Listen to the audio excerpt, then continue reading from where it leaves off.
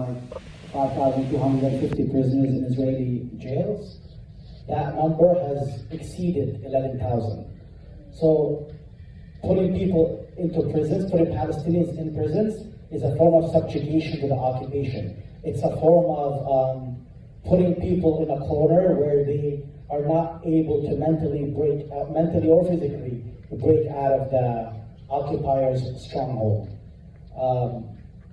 I want to also ask you, as a long-term activist here and in Lebanon, and as someone who has lived and witnessed very important phases of this cause, First Intifada, Second Intifada, how does this current moment, with all what it means, with all what it encompasses, relate to the historical context of the Palestinian struggle? The current moment of our struggle is deeply connected to the historic context of the Palestinian struggle, which has been marked by decades of resistance, resilience, and unwavering commitment to justice and liberation. Over the years, the Palestinian cause has gone through various phases, and each phase has its own circumstances due to dictated by the geopolitics and the balance of power in the area.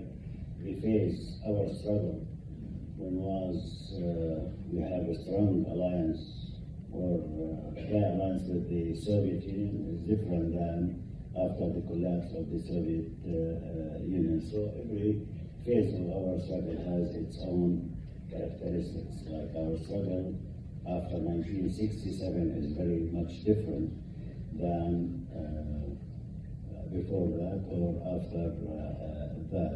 After we were expelled from Jordan after September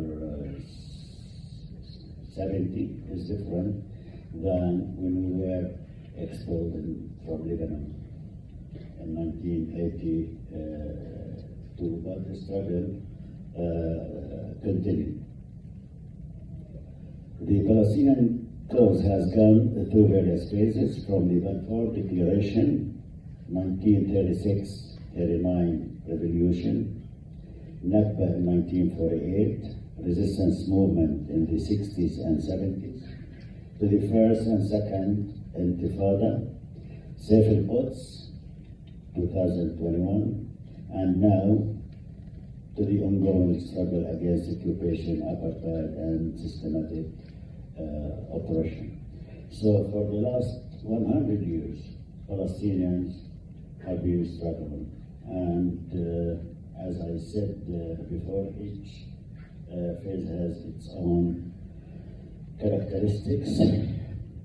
It was influenced by many issues like Camp David Accord, when Egypt was signed the Camp David agreement with Israel and became allied with the Israelis, and that influenced the Palestinian struggle. It didn't stop it, but it made it harder as a matter of fact. What we are witnessing today is a continuation of the long history of resistance. The current moment reflects both the enduring strength of the Palestinian people and the evolving tactics of the struggle. Each phase has its own tactics and forms. Like the first Intifada wasn't an armed one, the second Intifada was. Saif al-Quds was different than Tawafan al-Aqsa.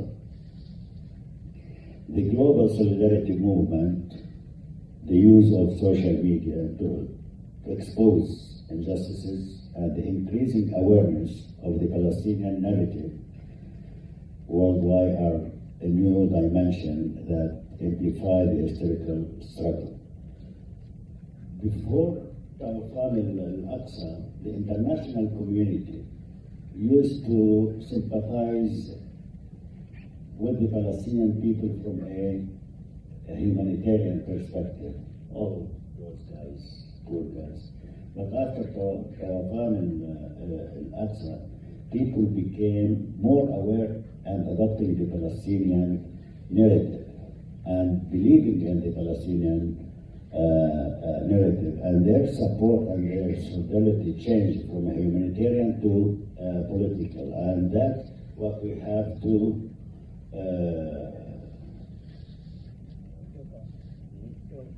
build on in the future.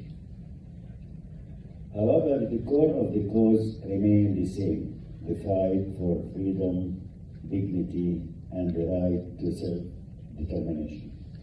This moment also highlights the importance of unity among Palestinians, both in occupied territories and in the diaspora. The historical context reminds us that the struggle is not just about reclaiming land, but also about preserving identity, culture, and the hope for a just future. Thank you.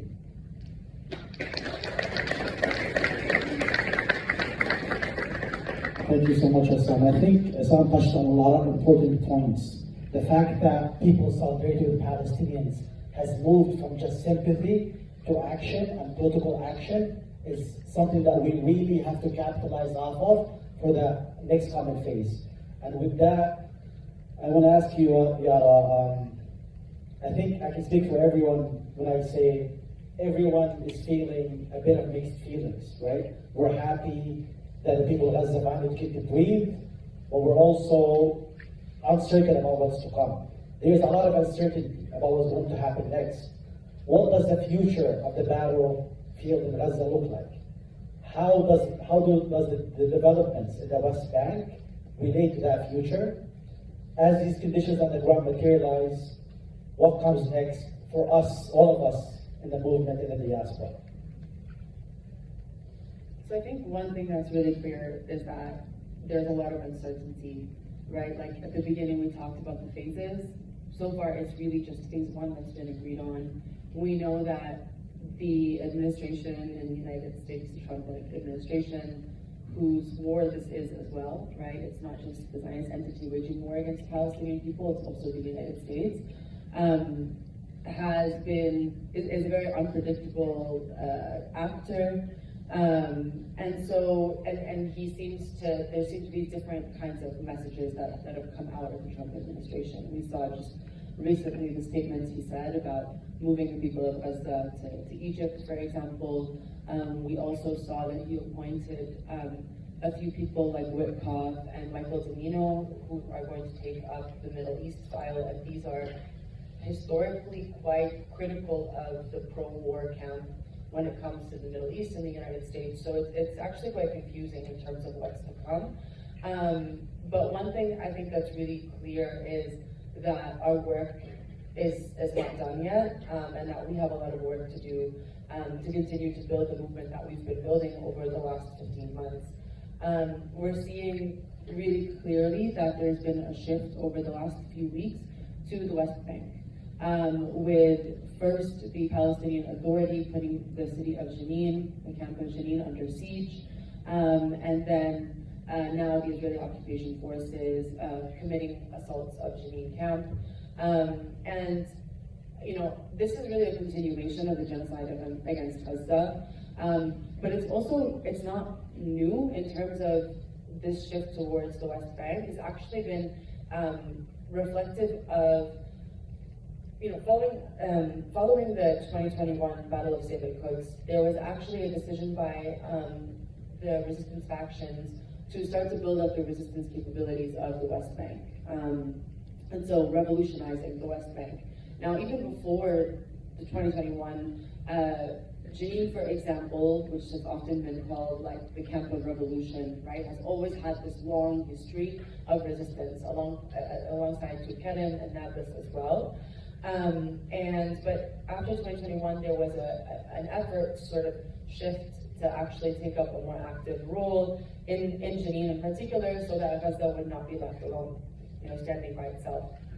And the attacks that we've been seeing on Jenin are not separate to the attacks on Gaza. They're